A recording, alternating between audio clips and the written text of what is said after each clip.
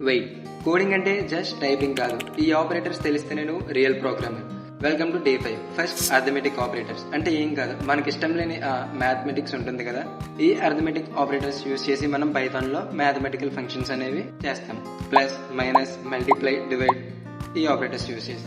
Next comparison operators. ఇది judge చేస్తుంది, అంటే మనం ఇచ్చిన కండిషన్ కరెక్టా కాదా అని చూస్తుంది.